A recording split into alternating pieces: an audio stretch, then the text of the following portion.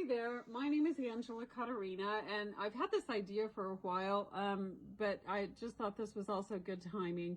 I know that locally where I live, there's been a lot of talk online about the rising cost of groceries and about people having trouble keeping food in the house.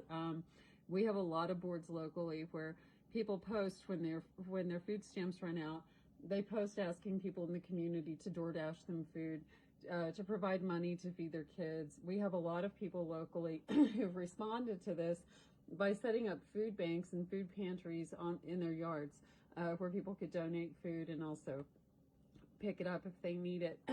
But I just thought I would share this. And I am vegetarian. You don't have to be vegetarian, but people ask about that too. So this is kind of, covers both things. But I grew up with a divorced mother who, for whatever reason, we struggled a lot. And it was always my job as a kid to kind of sort it out.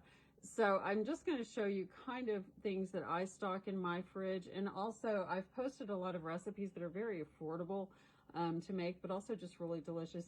Granted, my version of them is vegan, vegetarian, but there's always ways you can add meat to it too. I just don't happen to know how to do that. But this is what's in my fridge. And things I typically stock. So this applies probably to the vegetarian end, but I do have a lot of like olives, condiments, artichokes. These are things that I make salads with, and I also use in like sandwiches and things. But tomato pesto, basil pesto, Greek olives, there's pepperoncinis, artichokes, there's some pickled asparagus, and pickles. So just good things to have around. I also have the Asian pickled vegetables. I use these on my veggie burgers, and hummus. And hummus is great to dip with vegetables. If you see me make homemade potato chips, it's great for that. A great sandwich spread. And also I use it in my salads because I don't use salad dressing. I always use a little bit of hummus and some fancy vinegar. So I do cook a lot of stir fry in the winter especially. So there's a big thing of soy sauce. Gotta have a little bit of wine. So always. And then of course I have a new kitten. So there is some kitten formula as well.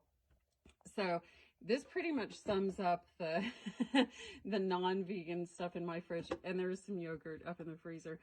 But I do make homemade bread, so I do use I can't believe it's not butter for that. Probably not the best thing in the world, but you got to have it. The other thing I do have that is non-vegan is I always have a little bit of pepper jack cheese from the deli because I do cook Mexican food stuff in the winter. Lately I make a lot of vegetable tacos, so you got to have a little bit of cheese. But pineapple, tortillas, tomatoes. You've probably seen me make the tomato soup with the cherry tomatoes. Also great in salads. And this is my container of soup that is always in here. Soup, if you make it from scratch, is very affordable to make and very filling. Very good meal. Carrots, I cook with tons of carrots. I have always loved carrots. I love carrot soup. I use carrots in my stir fry. I use it in soup, salads, everything. There's the cabbages. Red cabbages are so small here in Texas. I don't know why. They're usually big everywhere else, but I do use a lot of cabbage in stir fry. And the beefsteak tomatoes I slice on my veggie burgers. I always have lots of celery and squash, 2 drawers full. And the reason for that is I buy groceries once a month. One, because it's more affordable. And also, two, I hate to go to the grocery store. But we started doing this when I was young, and it's just easier for me. But celery is something that lasts all month. So, when it's almost time to buy groceries again, I can always still make celery soup. I use this in stir fry, salads, other stuff too, but it's a good thing to have around because it does last a long time and it's very affordable. There's a few peaches in here, and peaches are out of season, so they're very expensive right now. So that was kind of a splurge, but you gotta have peaches. So something else we stock is I always have a lot of juice, and I don't drink whole juice. I water it down, so I'm very non-French about that. But I put about a third of a glass of juice and then fill it up with club soda. So it kind of keeps me off of Diet Cokes, which I am addicted to. So it's a good thing. But up here, more soy sauce. The Mineragua, I buy tons of bottled water and club soda of every brand and variety. Always the plain. I don't like the fake flavor. But I do put the real juice in it, so that kind of makes it that way. But, you know, I have about 90 bottles of that a month in my groceries. More artichokes, which I use on pizzas and salads. And, of course, ketchup, Tabasco, mustard. That's the fridge. And then up in the freezer, I do keep in the door a lot of frozen bagels. I make my own bread during the week, too. But bagels, and I can make bagels, I just haven't done it lately. But I use these for the buns for my veggie burger patties. So these make a great meal. And then, of course, it's winter. In the winter, I make a lot of stir fry and a lot of soup. And then in the summer, I make, we'll have more of like the berries and bananas and stuff for smoothies. But this time of year, it's a lot of vegetables. There's onions, peas, squash. And then I do have, this is my indulgence. I do have some frozen yogurt up here. And then on top of the frozen yogurt, I either top it with amaretto or Kahlua. You got to be over 21, but it's really delicious. Okay, so the other thing that we do stock in a vegetarian house is all of these little unusual things that come in bottles. I use a lot of fruit vinegars, which I'm out of a bunch of them right now. But the fancy vinegars for salads, balsamic vinegar for salads, Cajun oil is great even in stir fry, but just in anything you want to spice up. And then this type of stuff that I use in Asian cooking or in the veggie bowls that I make. So if you have known me very long, you know that I owned a spice stand at the farmer's market for many years. Actually, one of my favorite things to do. This is probably not the best part of the country to do it in. But yeah, you have to have spices. And I actually thinned a bunch of these out and gave a bunch of them to somebody the other day. But like, you've got to have spices. I try to organize this a little. The top is mostly baking spices, so like cinnamon, ginger, cloves, nutmeg, and cinnamon plus, which is kind of a mix that goes down there. But I do keep the garlic and ginger and onions up here too, because it's just handy for me. Ginger can go sweet or savory, so that's always good. And of course, margarita salt, because you got to have margaritas. But then on this second shelf is mostly stuff that I use in Mexican food. So it's paprika and a lot of peppery stuff. And then the Asian spices are on this next rack, and the oils and things that we use for that, and vinegars. And yeah, so a little bit of everything. You got to have your spices. So in this cabinet is mostly spices, and there's some nuts and grains in here too. But there's dehydrated onions, scallions, dill, potato flakes, green onions, hatch green chili powder, just all kinds of good stuff. And then down here, always a big bag of pecans. We use lots of nuts. Nuts are a protein source, so if you're vegetarian, you will eat a lot of nuts. Flax seed meal. I use this flaxseed, vegans use because we don't cook with eggs. So if we're baking anything like, you know, muffins or anything that cakes, cookies, you'll use a tablespoon of flaxseed meal per egg. But also you can use it in soup and things. It's just a nice grain. I put it in breads, different things. Oat milk powder, which of course I use in my fancy coffees that I make, and also in the soup when I'm cooking. Sesame seeds, which I put in a lot of bread. I also throw them in my stir fry. And this is actually hibiscus tea in this container.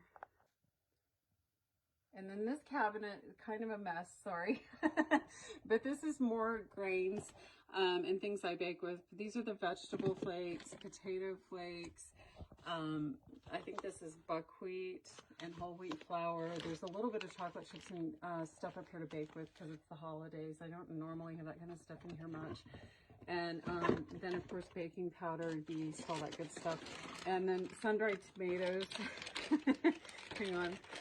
There's a whole shelf of sun-dried tomatoes up here, which you gotta have for like pizza. And then this cabinet is the drinks cabinet. So this is the instant coffee. I'm single, so instant coffee is great for me. I do peppermint extract to make fancy coffees. There's a little bit of Hills Brothers up there, which I don't have a lot of as a rule. But then also ginger spice tea, gunpowder green tea, which is my all-time favorite, orange spice tea. Okay, and then the other thing that there's always a ton of in my house are potatoes. And I had a grandmother she grew up in a family of 19 children during the Depression. And so if you ever went down in her basement for her entire life, she always had like 100 pounds of potatoes stored. She also stored apples and pinto beans. Like those were just standard staples. It's always a good thing to have around. If you're vegan, vegetarian, you eat a lot of them regardless. But, you know, if money's an issue, always have potatoes around. Ireland survived a famine because of potatoes, so potatoes are a good thing. And then this is the backup pantry, which is really in the downstairs bathroom, but I live in an apartment, so we have to make do. But things you absolutely have to have if you are vegan, vegetarian, or just on a tight budget and you want to know that you always have food. So a good stock of flour, because you can always make your own breads and things.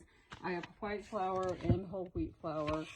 I personally make a lot of stir fries, so this is the vermicelli rice noodles, which I love. I do also have a big container of jasmine rice that I also use with Mexican food and stir fry. And always a big supply of beans. If you're vegan or vegetarian, beans and rice in combination are a complete protein if you eat them together. So we eat a lot of beans and rice. That's not the only way to get a complete protein, but it's one way. So there's always a ton of canned beans in here. I love butter beans. I have a cat named Butterbean. But I also have the refried beans that are fat-free, spicy pintos, spicy kidney beans, just plain kidney beans and pintos. And then I always have up here a big bag of dried pinto beans. And I get these at the Mexican grocery store, and they every fall, like October, November, when they're fresh, they come in. And I get a big 20-pound bag. It will pretty much last me all year with the canned beans I buy too. These cook up real easy in the crock pot. You just rinse them and soak them and cook them. And a great handy thing to have around. But if you have a tight budget and you go through phases, if you don't know if you're going to be able to buy food or feed your family, like, you have to have some of this stuff. You have to have a big can of beans. You have to have a big supply of russet potatoes. You have to have a good supply of flour and, you know, canned beans if you can, but these are more expensive. So always have dry, because dry is not going to go bad and it's less expensive to do. And things like oats, because oats are a grain that you can cook with in your breads and things. Or you can also just have oats, which is good. And then, of course, you got to take care of the kitties. There's the kitty treats in a big bag, and they actually have their own pantry down here. This is the kitty pantry, and they have their own stash as well of cat food cans, dry food, kitty litters over in another spot. But, like, you've got to make sure you take care of everybody. So, and then more juice.